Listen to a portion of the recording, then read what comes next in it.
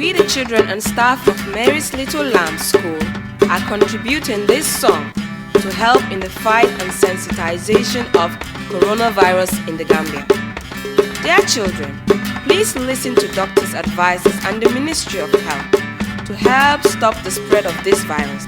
Avoid handshakes, avoid social gatherings, wash your hands always with soap and clean water, stay at home, and if anyone around you is suspected of having the virus, the number to call is 1025. 1025. Hello children! Hello, Auntie Elsie. Is coronavirus really dangerous? Yes, it is.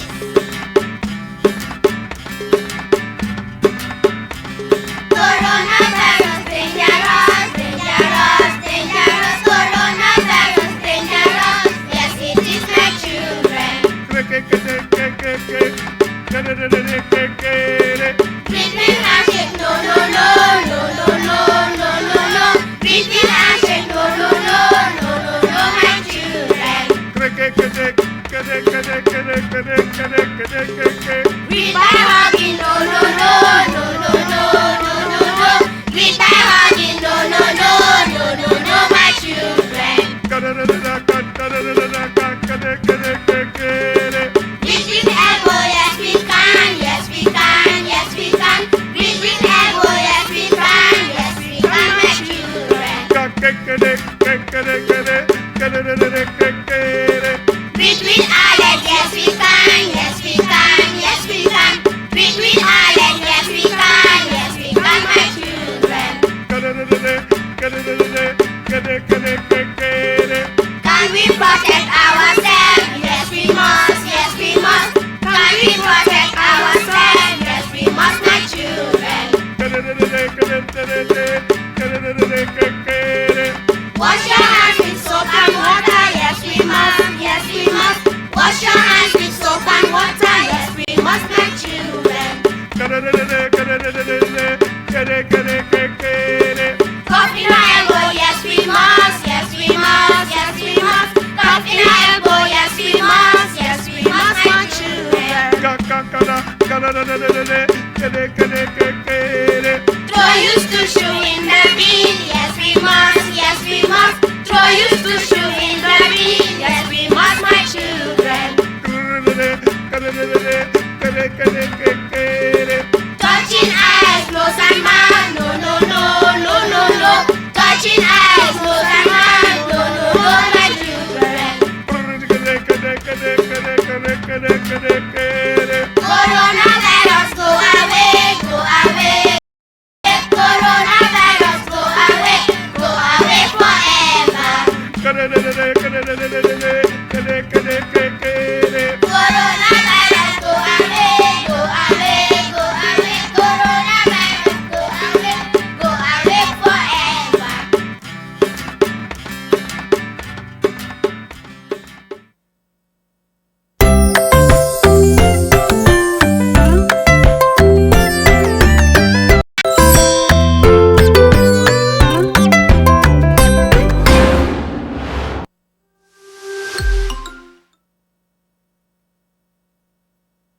Good day, wonderful viewers.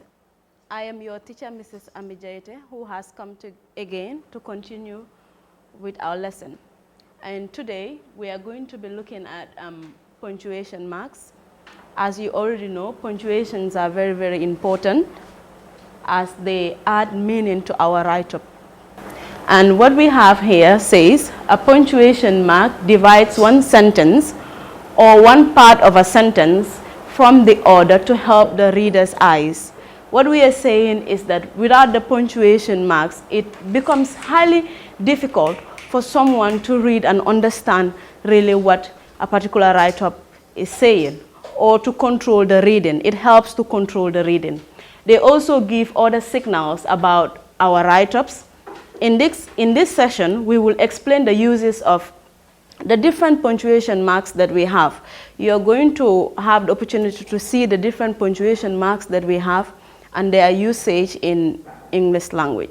So there are different types of punctuation, and we are going to start with a full stop. Full stop is otherwise called a period. Now, a full stop or a period is used after a declarative or imperative sentence. Examples are below.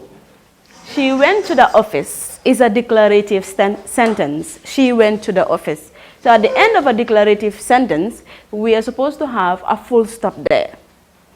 Example B, close the door, please. That is an imperative sentence. Under imperative sentences, we have the positive imperative and we have the negative imperative. Now, close the door is a positive imperative. So we are supposed to have a full stop at the end of the please. C, I saw your sister yesterday is a declarative sentence, and at the end of the day, at the end of the sentence, we are supposed to have a full stop. Example D, wait me outside.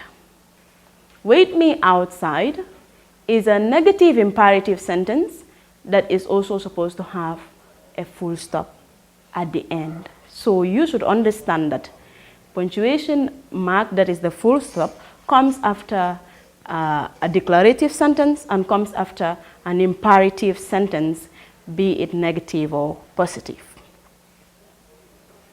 The full stop or period is used after abbreviations and initials. It is used after abbreviated words and also used after initials.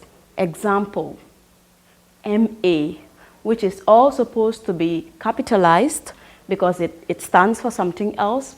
The MA, which means the Master of Arts, you are expected to have a period that is a full stop in between the M and the A. Also, HE, which means His Excellency, which is all supposed to be capitalized. Then between the H and the E, there is supposed to be a full stop there. Note, it is wrong to apply full stop when writing word-based acronyms such as GRTS, SSHFC, GPA, NAWEC, ECOWAS, WIEC, UNO, UNESCO, UNICEF. These words are not supposed to carry any full stop because they are base words. We will move on to the next punctuation mark, which is a question mark. A question mark is introduced at the end of an interrogative sentence. A question mark is used at the end of a question. Examples, who took my pen from my bag? This is a question and definitely should carry a question mark. Is that man your father? This is another question that should carry a question mark. Did you see him last night? This is a question and it has a question mark. When is going to be the next test? This is a question and there is a question mark. How many subjects did you credit is a question. So with all these things you have seen, these are all interrogative sentences and they should carry a question mark at the end, which of course they are having already. We will move to the next, which is the exclamatory mark. Exclamatory mark. We use an exclamation mark at the end of an exclamatory sentence, or we place an exclamation mark when we want to emphasize or express a sudden or strong feeling. Example, I scored the winning goal. It is a surprise, so definitely it should have an exclamation mark. B, bravo, you scored the winning point. These are supposed to have what? Exclamation marks. Look out! There should be a question, an exclamatory mark at the end of it. Please help! There is supposed to be an exclamation mark in all the examples, which is already done. We will now move to the comma. It is used to separate 3 or more items in a series. It is used to separate words or group of words within a sentence. That is when you are listing, a comma is used. Example, the man kept cows, sheep, goats, and poultry. Before saying the man kept cows and goats and sheep and poultry, you can use the comma to separate them, and then the last item, then you can use the conjunction and to put them together. So that is why from cows we have a comma, sheep before repeating the word and. We have sheep, then comma again, goats, and then and poultry. Example B, this particular guy plays so many games, football, tennis, basket, and hockey. But we cannot put an in between all of them. We definitely have to use a comma to separate the items. So he plays football, comma, tennis, comma, basketball, and hockey. C, Lamin, Fatu, and Bintu. These are three people. You cannot use the conjunction in all of them, but you can use a comma to separate them. Lamin, Fatu, and Bintu were promoted to a new class. So the comma is definitely used to separate items, or it is used to separate two or more items, or it is used to separate words or group of words within a sentence. Note, when two or more adjectives precede a noun, use a comma between the adjectives. We have adjectives on the board. A tall, thin, ugly. All these are describing one person. Tall is an adjective, thin is an adjective, ugly is an adjective. So we are going to use a comma in between. A tall, thin, ugly man entered the house. You cannot say a tall and thin and ugly man entered the house. But you can say a tall with a pause, thin with a pause, that is the comma, ugly man entered the house, then period. B, Mr. Lamin is a tall, quiet, handsome man. Mr. Lamin is tall, comma, not only tall, quiet, comma, not only quiet, but also a handsome man. So we can use a comma to separate the adjectives that are used in the statement. C, the wind made the weak, white, oval building along our street. These are also adjectives, weak, white, oval building, but we can use a comma to separate these adjectives in the sentence. Colon. A colon. We use a colon for the following: to separate a list of items from an introductory statement. We use a colon to separate a list of items from an introductory statement. We also use a colon to introduce a quotation from an actual speech or from a book. Example, a set box contains, we have a colon because we are coming to list the items that are found in the set box. A set box contains a pencil, a pair of compasses, a protractor, a ruler, and eraser. So all these can be found in a set box. So we use a colon to list out the things that are supposed to be found in the set box. Again, the days for studying are as follows, because you are coming to list them. So the colon has to be there: Mondays, Thursdays, Fridays, and Saturdays.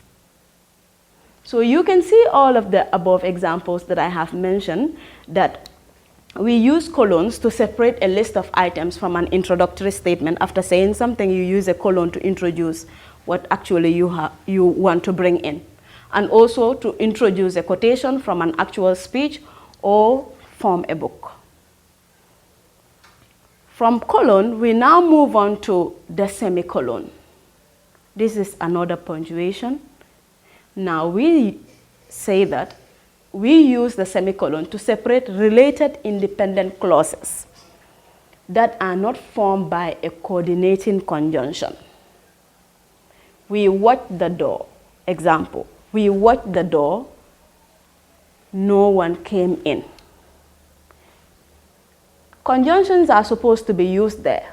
as it says, we use the semicolon to separate related independent clauses. These are all two clauses that are put together. But now we are using the semicolon to form a coordinating conjunction. Instead of putting a coordinating conjunction there, we can use the semicolon instead of it. Now we watched the door, semicolon, no one came in. It's the same thing. My tooth hurt, I must have a cavity. There was not a cloud in the sky. It was extremely hot. Mango is a common food item.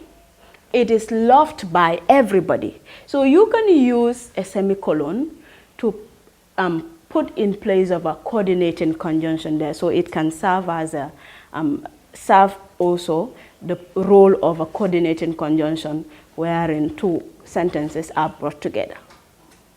We use the quotation mark of inverted commas. This is another punctuation called quotation mark, otherwise called inverted commas. Now, a quotation marks are used to show that you are quoting someone directly. They are usually introduced in pairs. When you do this, it has to end with this. They are usually introduced in pairs before and after words of direct speech. What we are saying is that these are not your exact words, but you use quotation when you are directly quoting from someone.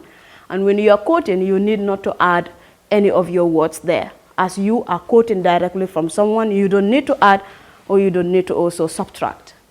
Example, every student is going to be offered a scholarship. You are quoting, so this sign has to be there and it has to be end with this other sign. So we use quotation marks when we are quoting. Every student is going to be offered a scholarship declared by the president. What we are saying is that this is not a speech from no other person but the president. So when we are quoting, we need to put the two quotation marks there. Again, don't forget to bring your own pens with you. Our teacher ordered. This is not a word from a person but a teacher. It is quoted, so the two signs have to be also there because it is quoted from the teacher. What have you done so far in school? My father asked. This is said by my father, so the two signs have to be there since they are quoted. We will now move to another punctuation mark, which is apostrophe. We use an apostrophe to show that letters have been omitted from contractions. To show that words that are supposed to be contracted, we use the apostrophe to show that they are contracted words, they are shortened words. Example, hasn't. The apostrophe is there to show that the word is supposed to be has not, but because we want to contract the word, we are using hasn't.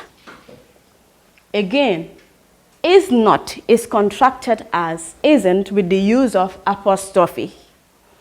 Again, will not is contracted as won't with the use of apostrophe.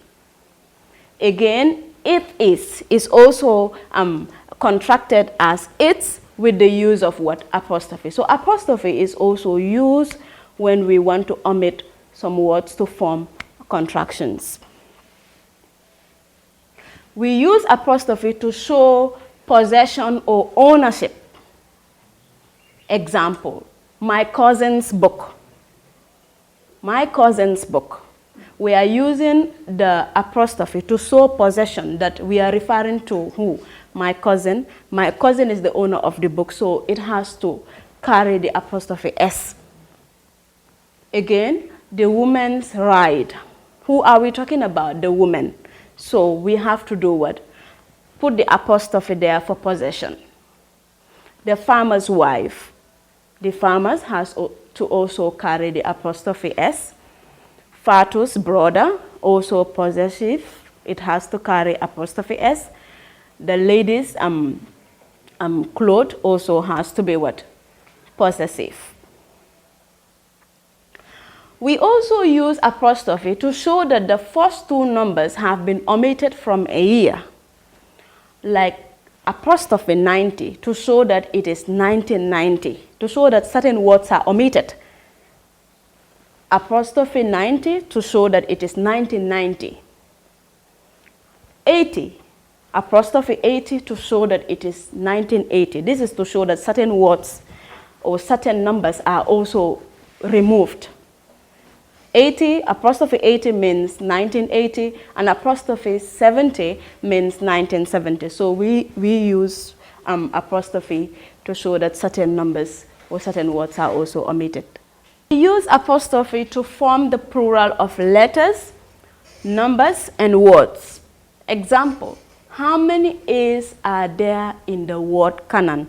To show that there are several A's in the word canon, so we have to put apostrophe S to show the plural form of the A's there. B, how many R's are there in the word referred? The word referred is here, but they're now asking how many R's to show that the plural form of R, that there are not only one R there, but there are several R's in the word referred. Also, we use apostrophe in, she is in, like in the third sentence here, she is in 30s, to show that not only one, but she is in her 30s, meaning it's not the plural form of 30. The next on our list is hyphen. As you can still see, we are still on punctuation marks.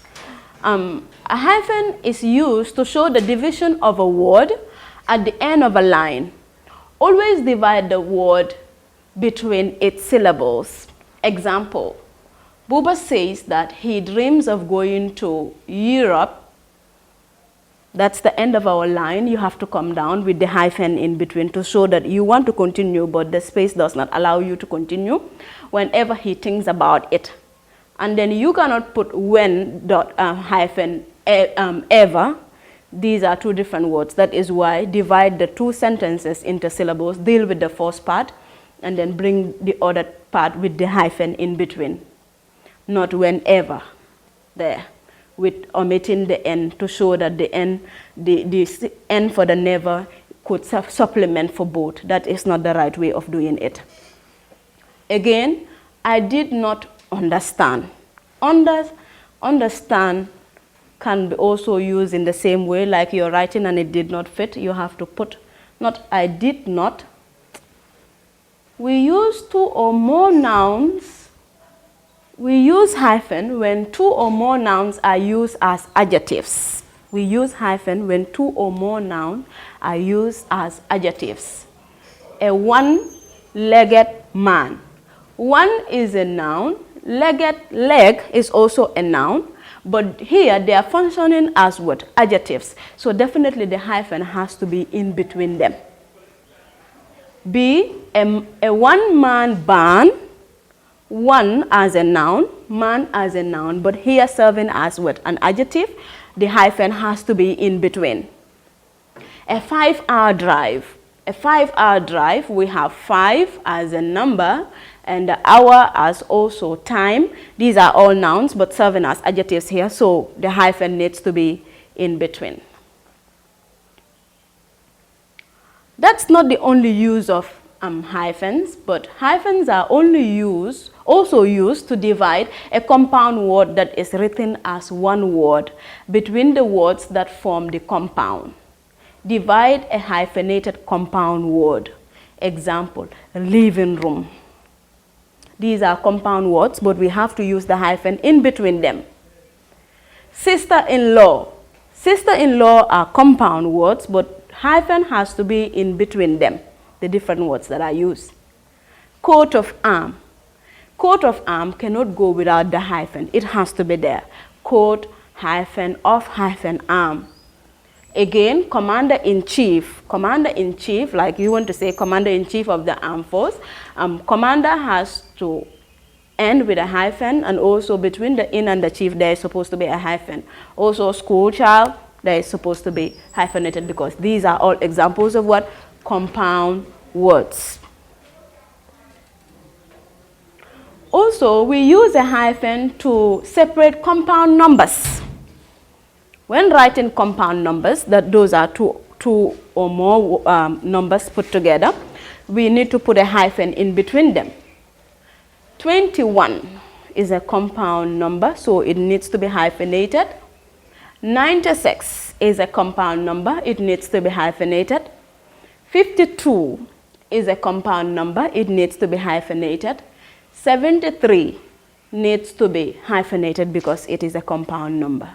So we also use hyphens when separating compound numbers.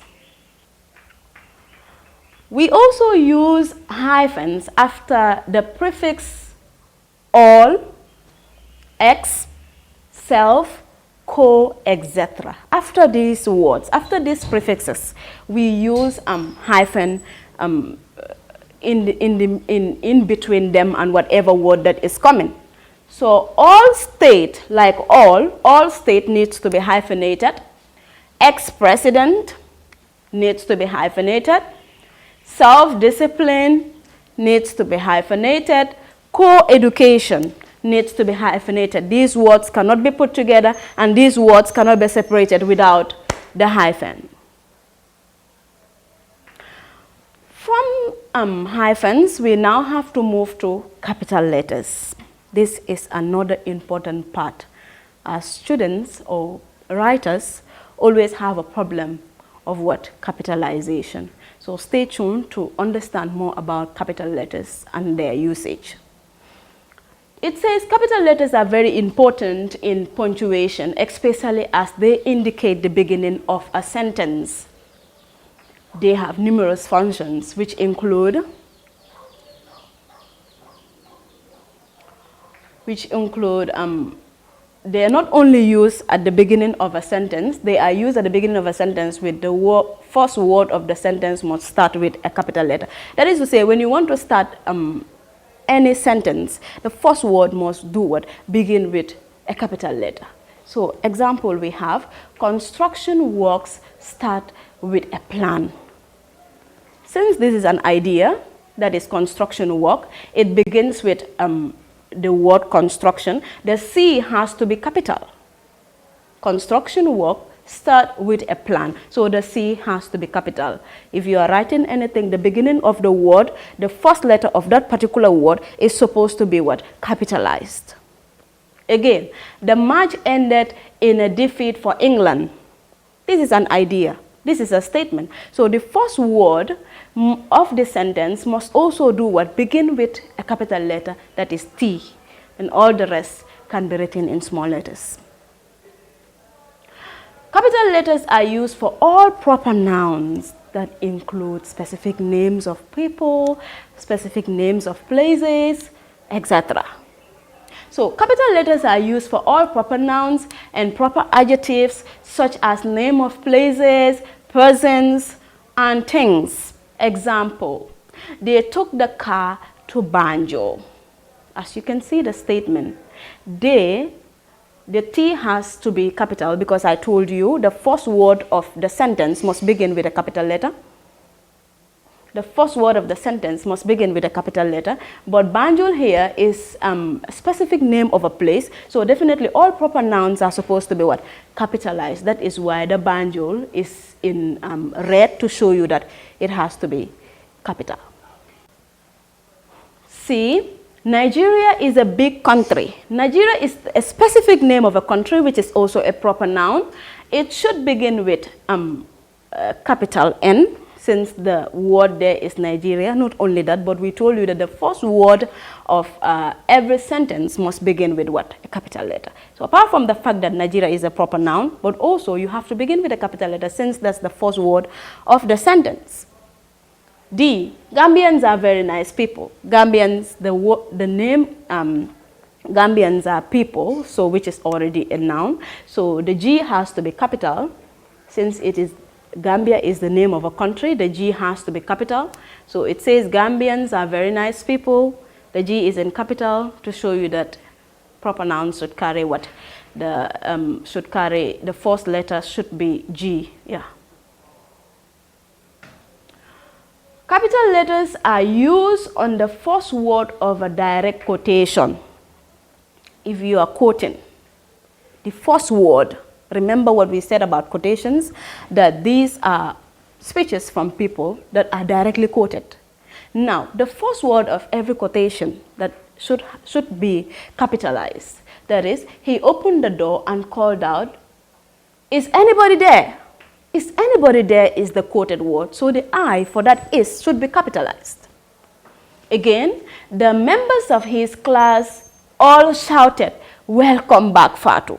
Welcome back, Fatu is the quoted word, so definitely the welcome, that is the W, has to be capitalized, and then the F, since we said that proper nouns are supposed to carry capital letters, the F has to also follow the same rule. Okay? Capital letters are used for all titles applied to person or group of persons. Example, our president met the Egyptian president. The rule says the beginning of every sentence should be capitalized. That is why the R, the O for the R is capitalized. Now the Egyptian president is a title of a person.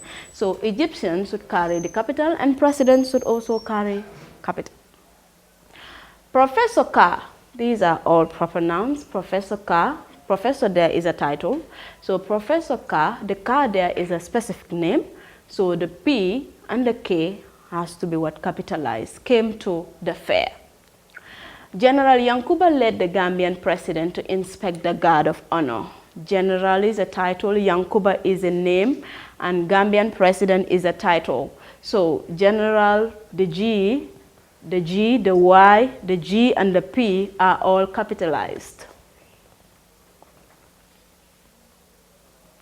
Again, capital letters are used for names of languages, religion, races, and nationalities. Example, I am a Gambian. I am a Gambian. Nationality. The G has to be what? Capitalized. B, Islam and Christianity, which talks about religion, they are supposed to be what? Capitalized. Islam and Christianity, that is why the I and the C are capitalized. Also the I to show that it is the beginning of the sentence and definitely has to be capitalized. Again, black and white, we are talking about what? Race or color.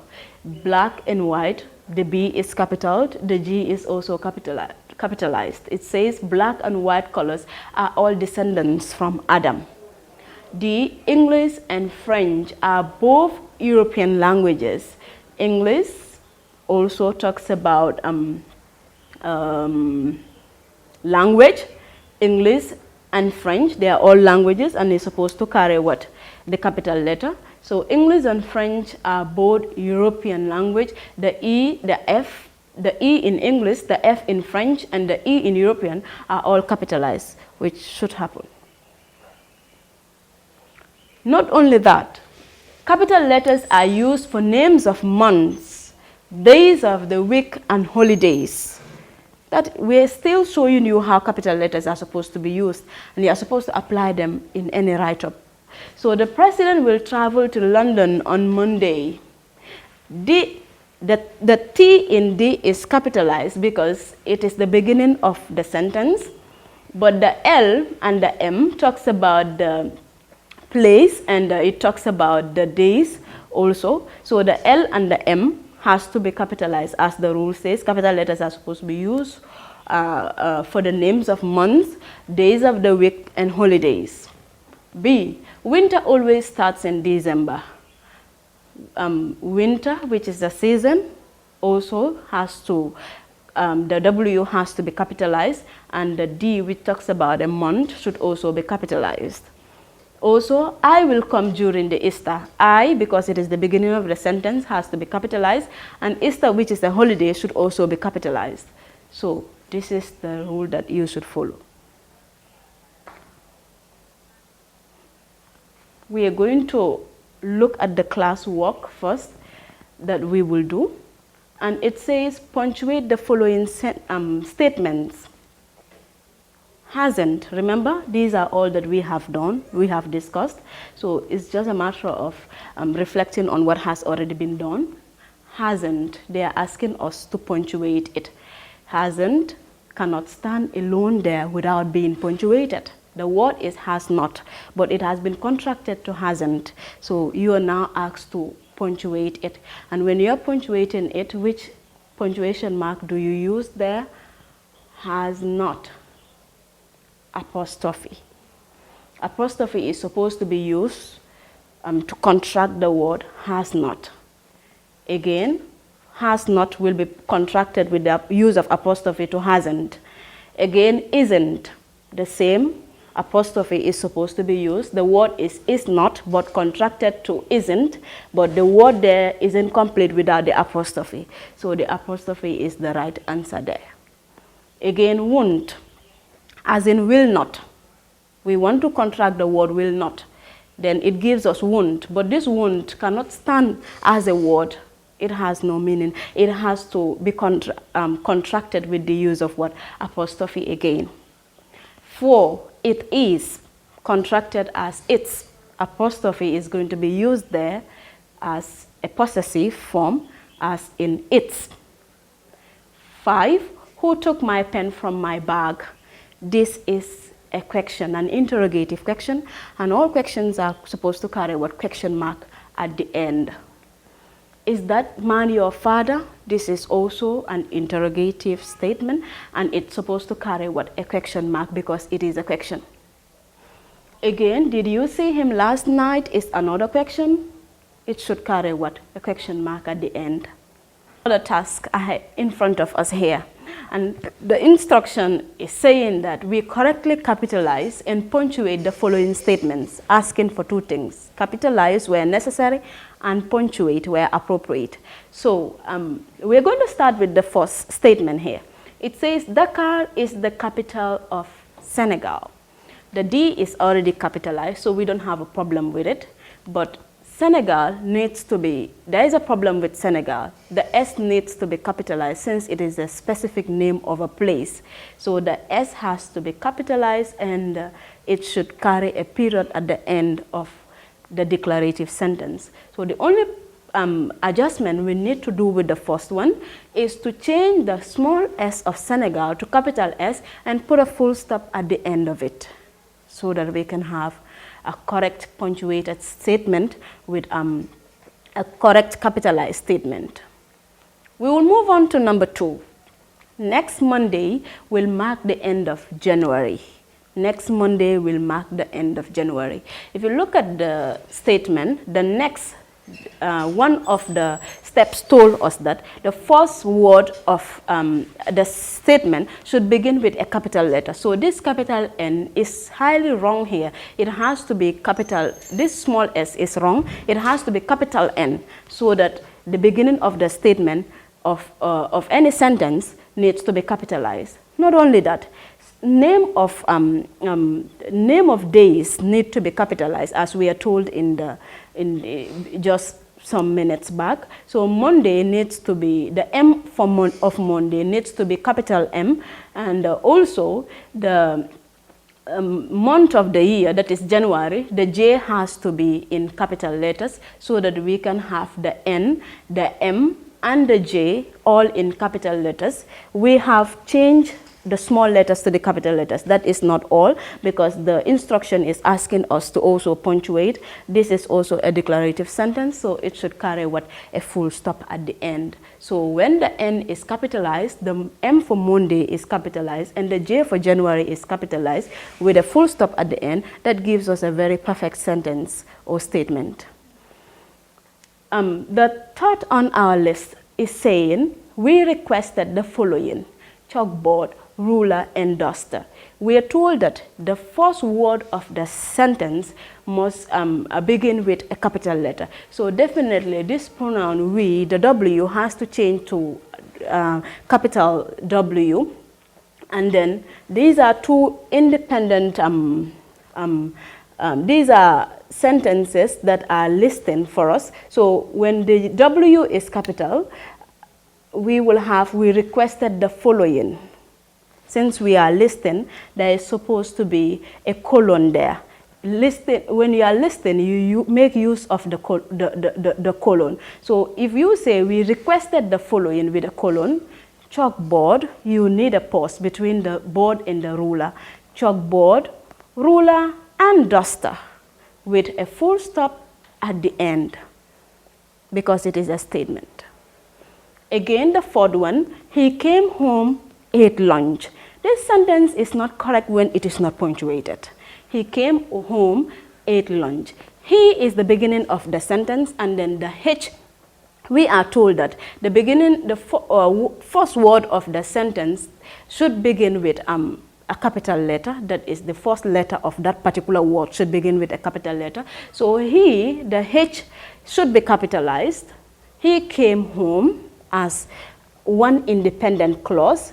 Ate lunch is another independent clause. So these are two clauses that are brought together, but we can separate them with the use of the semicolon. So he came home, semicolon, ate lunch, full stop.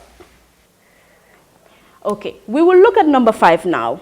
The manager hired 3 young ladies. The T as the first letter of the first word, the T has to be capitalized. The manager hired 3 young ladies. We are told that when adjectives and nouns are put together, we are supposed to put a hyphen in between them. So the manager hired 3 young ladies. 3 and young cannot be just read like that. There is supposed to be a mark, punctuation mark in between them, and the punctuation mark there is a hyphen. 3 young, then we have a full stop at the end. So looking at these examples, I hope with the answers we are given, we have cleared your doubt about capitalization and punctuations. We have an assignment for you before taking a leave of you, and the assignment is to write down 5 sentences which can take the following punctuation mark: full stop, comma, and hyphen. You are supposed to make best use of this. You are supposed to create 5 sentences using these punctuation marks. 5 sentences for full stop, for comma, and for hyphens. Try to do them because they will strengthen your understanding about punctuation marks, which will further help you in whatever letter or essay or whatever that you want to write in the future. This takes us to the end of the lesson today. I hope you have really understood what is treated today, that is punctuation marks. As most students, when their write-ups are marked, they tend to score low grades in their essays or in their letters, and most of them have those low marks because of the punctuations, because their works are not properly punctuated.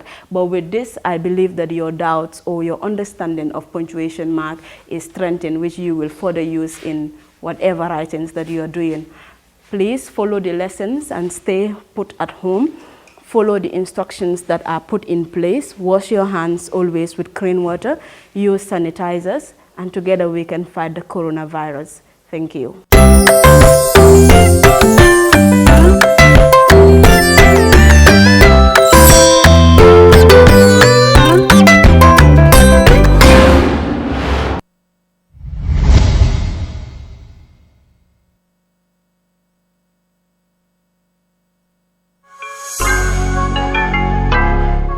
alhamdulilah mbokk yi lii nga xam ne moom mooy Covid-19 bii mi ngi lëmbe àdduna si yëpp mu am solo pour ñëpp xam ne lu am la am na ba tax na la ñuy wax naka jekk mooy bul loru waaye bul nangoo lore li nga bëggal sa bopp ci mucc na nga ko bëggal sa morom ci mucc bu ko defee ñun ñëpp ñu ànd mucc mbir la moo xam ne nag lañ ci wax dëgg-dëgg mooy jëfe ndigal yi bàyyi tere yi mi ngi war a jóge ko ci ñi nga xam ne seen xam-xam màcc na ci wàllu faj moom mooy docteur yi nee na